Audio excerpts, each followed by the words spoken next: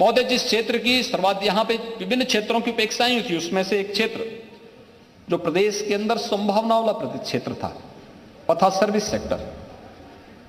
Tourism में, spiritual tourism में जो संभावना उत्तर प्रदेश के अंदर थी, पिछली सरकारों ने उसकी सर्वथा उपेक्षा की। और उपेक्षा इस आधार पर की थी, अभी कह रहे थे हमारे नेता विरोधी दल कि राम के नाम पे राजनीति नहीं होनी चाहिए। हमने तो कभी राजनीति नहीं की। राम तो हमारे आराध्य हैं, आराध्य के नाम पे राजनीति कैसे? उनका तो हम स्मरण करते हैं। और राम के बगैर कोई काम हो ही नहीं सकता। क्यों बाल्यान जी, आपके यहां संबोधन तो राम राम का ही होता है ना। तो अब राम राम का संबोधन के बगैर कोई काम होता नहीं। उठते, जागते, सोते, रोते, हर क्षेत्र में राम राम का ही संबोधन होता है। लेकिन अयोध्या नहीं जाना है क्योंकि वोट बैंक पे असर पड़ जाएगा। जो वोट बैंक की राजनीति आप कर रहे हैं, हम लोग नहीं कर रहे हैं। मंदिर बनने के पहले भी जब न्यायालय का निर्णय नहीं आया था, तब भी हम लोग अयोध्या गए थे और दीपोत्सव का भव्य आयोजन किए थे। और आज भी जा रहे हैं और आगे भी जाएंगे, इसमें कोई संदेह नहीं होना चाहिए। लेकिन महोदय, मुझे बताते हुए प्रसन्नता है कि अयोध्या, काशी, मथुरा, वृंदावन, बरसाना, गोकुल, गोवर्धन, नैमिषारण्य, विंध्यवासिनी धाम, देवीपाटन धाम, बरेली का नाथ कॉरिडोर, चित्रकूट, इन सभी के लिए सरकार ने धनराशि की व्यवस्था बजट में की है। मुख्यमंत्री पर्यटन संवर्धन योजना में हर विधानसभा क्षेत्र के भी एक एक धर्मस्थल को विकसित करने के लिए हमने धनराशि की व्यवस्था बजट में की है। प्रयागराज का कुंभ 2025 का 2019 के कुंभ, प्रयागराज कुंभ से भी बेहतर हम आयोजन कर सकें, इसके लिए भी धनराशि की व्यवस्था इस बजट में फिर से की गई है। प्रयागराज में कुंभ संग्रहालय की स्थापना हो, इसके लिए भी धनराशि की व्यवस्था की गई है।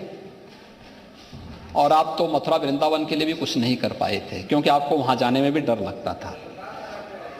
हम लोगों ने देखिए, दोनों जगह, काशी में भी समाजवादी पार्टी की सरकार ने ताला बंद किया था और मथुरा में भी जन्मभूमि में पीछे जो पार्क है उसको आप लोगों ने ताला बंद कर दिया था। और ताला हमारी सरकार ने खुलवा, दोनों जगह ताले खुलवा दिए। लेकिन बांके बिहारी मंदिर के कॉरिडोर के लिए भी धनराशि की व्यवस्था की गई है। यहां पे राधे राधे।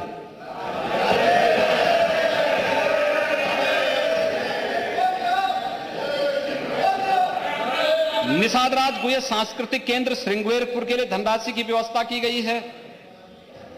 और आजमगढ़ के हरिहरपुर में भी एक संगीत महाविद्यालय के लिए धनराशि की व्यवस्था की गई है। महर्षि वाल्मीकि सांस्कृतिक केंद्र चित्रकूट के लिए भी धनराशि की व्यवस्था की गई है। और साथ साथ राजापुर तुलसीदास जी की जन्मभूमि के लिए भी धनराशि की व्यवस्था बजट में है। अयोध्या में विदुरकुटी में तो हम कर ही रहे हैं। विदुरकुटी में तो अरे महाराज, आपको तो कम से कम इस बात के लिए धन्यवाद देना चाहिए कि वहां के लोग आपकी भावनाओं के अनुरूप कार्य नहीं करेंगे। आप देखें, महाराज विदुर के नाम पे वहां मेडिकल कॉलेज कौन बना रहा है? बन रहा है ना। और मैं स्वयं गया था वहां पे, विदुरकुटी पे गया था। वहां के पुनरुद्धार की कार्रवाई हम लोग कर रहे हैं, बिजनौर को एक पहचान दे रहे हैं। और मैं तो रात्रि को भी बिजनौर रुका था। अखिलेश जी कभी नहीं रुके होंगे क्योंकि उनको डर लगता था, पता नहीं कब हट जाए, कब पता नहीं चाचा कब कुर्सी हथिया लें। देखिए, चाचा का अधिकार था, रात्रि को नहीं रुके होंगे। ना ना ना, मुख्यमंत्री पद से हटने के बाद, मुख्यमंत्री रहते हुए कभी नहीं गए होंगे, ना नोएडा गए होंगे, ना बिजनौर गए होंगे। वीरांगना उदा देवी के लिए कह दीजिए। वीरांगना उदा देवी कहाँ के लिए? 36 अंग्रेजों को ही मारा था। पीपल के पेड़ पर चढ़ करके 36 अंग्रेजों को 1857 कहाँ पे? मनोहर, इसके लिए कहिए। उदा देवी के नाम पे तो पूरी बटालियन बन रही है, बीएससी की पूरी बटालियन और लखनऊ के किले को भी हम ठीक करा रहे हैं, अन्य जगह के किलों को भी हम ठीक कराने जा रहे हैं। हमारे टूरिज्म के उसका पार्ट है, ये तो हेरिटेज टूरिज्म का हिस्सा है, वहां भी करने जा रहे हैं। आप चिंता में, आप भटकिए मत, आप सही रास्ते पे चलिए, बाकी सब ठीक हो जाएगा। और अरे आप इतने वरिष्ठ सदस्य हैं, अभी सुन तो लीजिए, मैं अयोध्या पे आ रहा हूं, अयोध्या के बारे में सुन तो लीजिए, हमारा अयोध्या के बारे में कुछ सुन तो लीजिए। अयोध्या में रामायण और वैदिक शोध संस्थान के लिए भी धनराशि की व्यवस्था यहां की गई है। इंटरनेशनल सेंटर बनेगा अयोध्या में, अयोध्या के लिए हम वो भी करने जा रहे हैं। तो यह सरकार ने इसमें बजट की व्यवस्था की है। इन कार्यक्रमों को हम तेजी के साथ आगे बढ़ा रहे हैं। महोदय, प्रदेश के अंदर नगरीय विकास, यह इकोनॉमिक ग्रोथ के लिए भी आवश्यक है। ईज ऑफ लिविंग के लक्ष्य को प्राप्त करने के लिए जो बेहतर प्रयास हुए हैं, नगर विकास विभाग के द्वारा डबल इंजन सरकार के नेतृत्व में वह तेजी के साथ इसमें आगे बढ़ा है। और इस क्षेत्र में इससे रोजगार के सृजन भी इससे होते हैं। स्मार्ट सिटी और अमृत योजना के अंतर्गत किए गए प्रयासों के परिणाम स्वरूप प्रदेश सरकार ने अब मुख्यमंत्री शहरी विस्तारीकरण और नए शहर प्रोत्साहन के लिए टाउनशिप विकसित करने के लिए भी 3000 करोड़ रुपए की राशि इस बजट में इसका प्रावधान किया है। Green road infrastructure development scheme के अंतर्गत भी प्रदेश के अंदर हम लोगों ने 800 करोड़ रुपए की व्यवस्था की है। और राज्य स्मार्ट सिटी मिशन के अंतर्गत 400 करोड़ रुपए का प्रावधान इसमें किया है, जिसमें प्रदेश के अंदर हर नगर निगम क्षेत्र में पहले चरण में, दूसरे चरण में हर नगर पालिका क्षेत्र में, तीसरे चरण में टाउन एरिया में भी हम उसे एक सेफ सिटी के रूप में डेवलप कर सकें। ITMS, ICCC integrated command and control centre की स्थापना कर सकें, इसके लिए ये प्रक्रिया आगे बढ़ रही है। और मुझे बताते हुए प्रसन्नता है कि काफी बड़े पैमाने पे CCTV कैमरे लगाए जा रहे हैं, जो न केवल सुरक्षा के लिए बल्कि वहां पे ट्रैफिक प्रबंधन के लिए, वहां के कूड़ा प्रबंधन के लिए, इन सभी को हम आगे बढ़ा सकें, इनके लिए भी इस कार्यक्रम को आगे बढ़ाया जा रहा है। जल जमाव से मुक्त करने के लिए भी, urban flood and storm water drainage योजना के लिए भी 1000 करोड़ रुपए की व्यवस्था इस बजट में किया गया है। और मुख्यमंत्री नगरीय अल्प विकसित मलिन बस्ती के विकास के लिए भी 675 करोड़ रुपए का प्रावधान इस बजट में किया गया है। प्रदेश के अंदर शहरी जाम से मुक्त करने के लिए जो माननीय सदस्यों के प्रस्ताव हैं, उसमें फ्लाईओवर बनाने के लिए और आरओबी बनाने के लिए भी 1000 करोड़ रुपए की व्यवस्था हमने बजट में यहां पर किया है। प्रदेश के अंदर स्वच्छ भारत मिशन में ODF और ODF प्लस के लक्ष्य को प्रदेश सरकार पहले ही प्राप्त कर चुकी है। लेकिन इस मिशन में और भी कुछ, क्योंकि स्वच्छता का लक्ष्य केवल एक अभियान नहीं, बल्कि नारी गरिमा के साथ साथ स्वास्थ्य के सेक्टर में भी आमूलचूल परिवर्तन करने की दिशा में किए जाने वाले प्रयासों की एक महत्वपूर्ण कड़ी है। और उस कड़ी को आगे बढ़ाने के लिए सरकार ने धनराशि की व्यवस्था की है। प्रवासी उत्तर प्रदेश वासियों के लिए उत्तर प्रदेश में अगर वह अपने किसी पूर्वज के नाम पर कोई कन्वेंशन सेंटर, कोई गांव में कोई अन्य केंद्र स्थापित करना चाहता है, तो राज्य सरकार भी उसमें योगदान देगी और उनके भी योगदान से हम उनकी स्मृतियों को वहां बना सकें। इसके लिए भी मातृभूमि योजना, यहां पे इसके लिए भी हमने धनराशि की व्यवस्था की है। प्रदेश के अंदर अन्य सभी कार्यों के लिए भी क्रिटिकल गैप योजना के अंतर्गत भी धनराशि की व्यवस्था की गई है। और प्रदेश के अंदर अन्य क्षेत्रों में भी, सामाजिक सेक्टर में भी, चाहे वह महिला सुरक्षा हो या फिर कमजोर तबकों के लिए भी अन्य तमाम प्रकार के कार्यक्रमों के लिए मुख्यमंत्री कन्या सुमंगला योजना की राशि पहले ही 15,000 से 25,000 की गई है। बालिकाओं की सामूहिक विवाह योजना के लिए धनराशि का प्रावधान।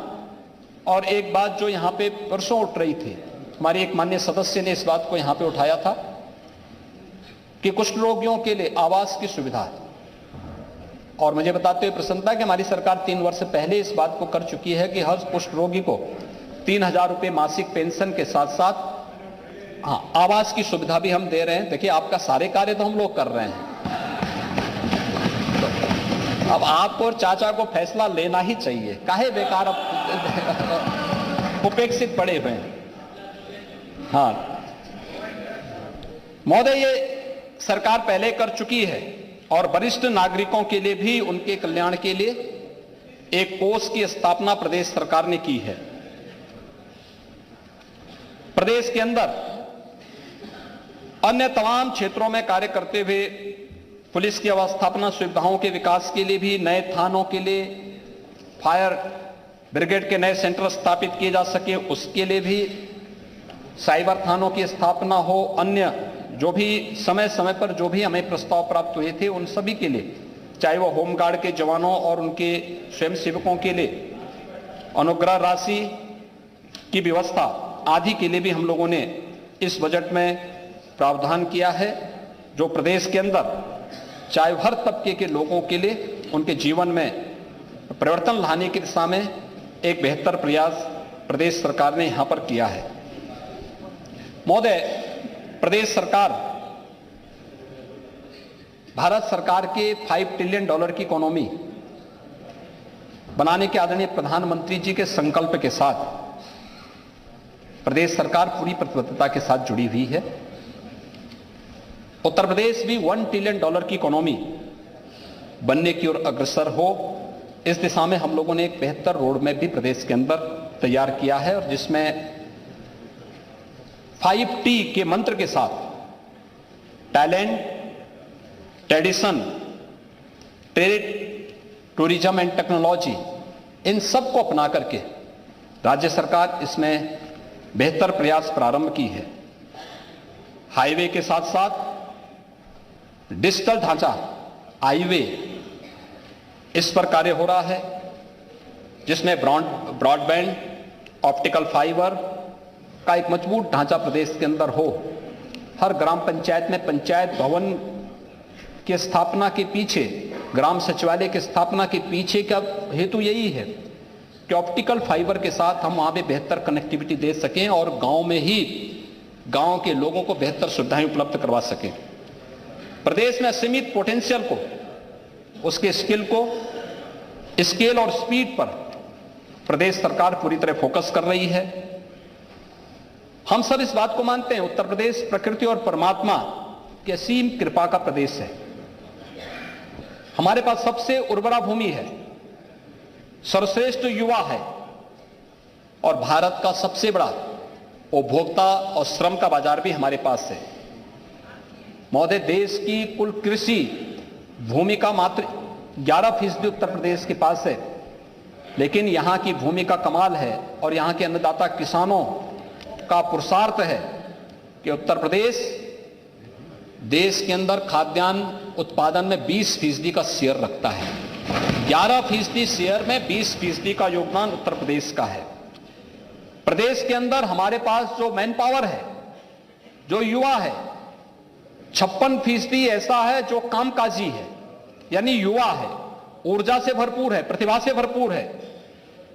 हमने कनेक्टिविटी को बेहतर किया है, चाहे वह सड़क की कनेक्टिविटी हो, डबल इंजन सरकार ने रेल की connectivity, eastern and western dedicated freight corridor का मामला हो, रेल नेटवर्क हो, वंदे भारत या अमृत भारत एक्सप्रेसवे के माध्यम से नए भारत की नई ट्रेन की सुविधा बेहतर इंफ्रास्ट्रक्चर के साथ उपलब्ध करवाने का कार्य हो, या फिर बेहतर वायु कनेक्टिविटी, एयर कनेक्टिविटी को उत्तर प्रदेश के अंदर देने का कार्य हो, या फिर लैंडलॉक्ड स्टेट से आज मुक्त होते हुए देश का पहला इनलैंड वाटरवे की स्थापना के कार्य को तेज करने का कार्य हो, यह भी उत्तर प्रदेश कर चुका। और उत्तर प्रदेश में हम लोगों ने उत्तर प्रदेश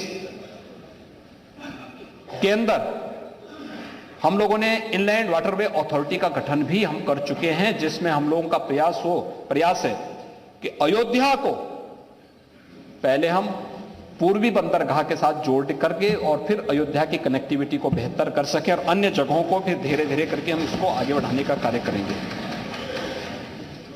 प्रदेश के अंदर पोटेंशियल के अनुरूप हमने सेक्टरवार उसकी अल्पकालिक और दीर्घकालिक रणनीति भी अपनाई है। सस्टेनेबल डेवलपमेंट गोल्स जो एसडीजी के लक्ष्य हैं उन्हें प्राप्त करने के लिए प्रदेश सरकार पूरी तरह संकल्पित है और प्रदेश की जीडीपी केवल प्रदेश तक सीमित नहीं होगी बल्कि हर जनपद की भी अपनी एक जीडीपी होगी। इसके लिए प्रदेश सरकार ने इस पर पूरी तैयारी के साथ कार्य करना प्रारंभ किया है। सेक्टोरल और क्रॉस सेक्टोरल बेस्ट प्रैक्टिस को प्रदेश सरकार ने आगे बढ़ाया है। नीति आयोग की तर्ज पर स्टेट ट्रांसफॉर्मेशन कमीशन ये गठन की कार्रवाई को प्रदेश सरकार ने आगे बढ़ाया है और यहां पर जिन बातों पे चर्चा हो रही थी मैं अक्सर देख रहा था, मान्य सदस्यों की एक पीड़ा है, बोलते भी हैं और खास तौर पर इस बात को लेकर के अभी मान्य सदस्यों ने इस बात को देखा होगा, आदरणीय प्रधानमंत्री जी की प्रेरणा से प्रधानमंत्री विकसित भारत संकल्प यात्रा गांव-गांव गई थी। विकसित भारत संकल्प यात्रा यह सिचुएशन के 100% लक्ष्य को प्राप्त करने की दिशा में एक बेहतर प्रयास था। जिन लोगों तक शासन की योजना का लाभ पहुंचा है वे अपनी सफलतम कहानी को बोले और जिनको नहीं पहुंचा है वे अपना रजिस्ट्रेशन करवाएं। पहली बार आपकी सरकार आपके द्वार। इस लक्ष्य को प्राप्त करने की दिशा में सरकार के द्वारा जो प्रयास प्रारंभ हुआ है अब उसको एक नए रूप में बहुत शीघ्र प्रदेश सरकार फैमिली आईडी लागू करने वाली है। हर परिवार के लिए एक फैमिली आईडी, पूरे सिस्टम को हम ऑनलाइन करेंगे, पूरे परिवार का विस्तार उसमें होगा और फैमिली आईडी के माध्यम से किन योजनाओं का लाभ इस परिवार को मिला है, कौन लोग अभी तक उससे वंचित हैं, जो लोग वंचित हैं उन तक सरकार उन योजनाओं को पहुंचाने के लिए जाएगी। किसी को सरकार के द्वार आने की नहीं बल्कि सरकार उन लोगों तक पहुंचेगी, फैमिली आईडी इस कार्य को करेगी। दूसरा, सरकार के द्वारा यह भी प्रयास है कि हमने सरकारी नौकरी के साथ साथ निजी क्षेत्र में भी नौकरी की अनंत संभावनाओं को आगे बढ़ाया है। इन संभावनाओं को आगे बढ़ाने के लिए सरकार के स्तर पर जो प्रयास प्रारंभ हुआ है उस प्रयास को आगे बढ़ाने के लिए सरकार के द्वारा यह भी प्रयास किया जा रहा है, हर परिवार के एक व्यक्ति को कहीं ना कहीं रोजगार और नौकरी के साथ जोड़ने की भी व्यवस्था होनी चाहिए और इसके लिए सरकार ने फैमिली आईडी के इस कार्य को आगे बढ़ाने का कार्य किया है, जिसमें अब तक 60 योजनाओं को लेकर के हम चल रहे हैं। एक परिवार एक पहचान योजना के अंतर्गत 6,64,00,000 लाभार्थियों की फैमिली आईडी सीडिंग की जा चुकी है। ये काम चल रहा है, निरंतर चल रहा है और इस कार्यक्रम को हम आगे बढ़ा रहे हैं। नीति आयोग ने 8 आकांक्षात्मक जनपदों में बलरामपुर, सिद्धार्थनगर, सोनभद्र, चंदौली, फतेहपुर, चित्रकूट और बहराइच और श्रावस्ती को जो आकांक्षात्मक जनपद थे, स्वास्थ्य में, शिक्षा में, कृषि विकास में, रोजगार में, अन्य सुविधाओं में जो पिछड़ गए थे उन्हें सामान्य जनपदों की श्रेणी में लाने के लिए किए जाने वाले प्रयासों के क्रम में उत्तर प्रदेश के मॉडल को उसको बेहतर माना है।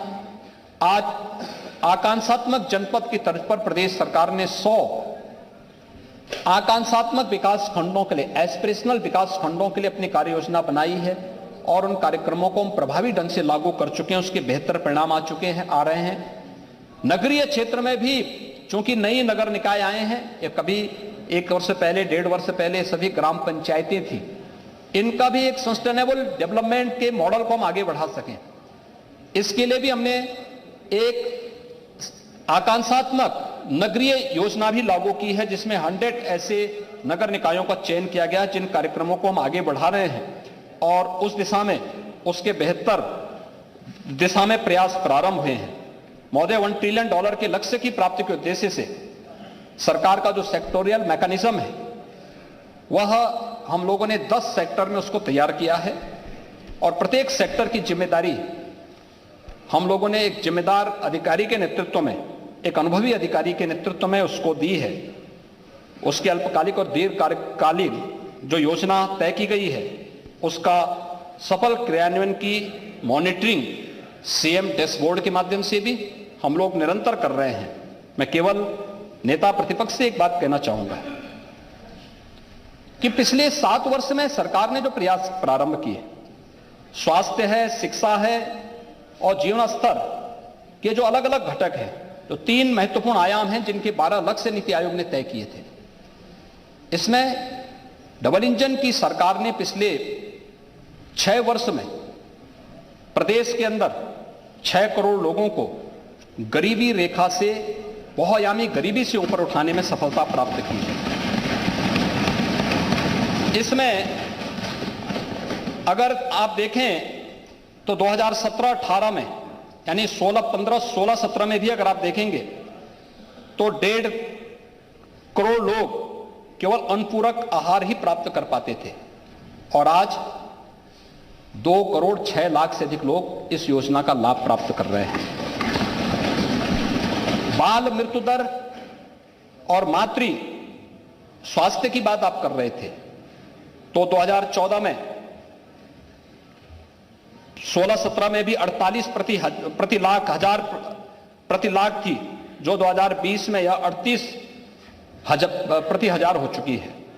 मातृ स्वास्थ्य दर में भी अगर आप देखेंगे कि 2016 तक 250। तो इस वक्त की बड़ी खबर आप बता रहे हैं, अयोध्या को पूर्वी बंदरगाह से जोड़ेंगे। योगी आदित्यनाथ की जो प्लानिंग है बजट में, उसका जिक्र वो कर रहे हैं। बजट सत्र को लेकर के उनका संबोधन, बजट पर चर्चा जारी है और जो सरकार की उपलब्धियां हैं उसका जिक्र मुख्यमंत्री योगी आदित्यनाथ इस वक्त कर रहे हैं।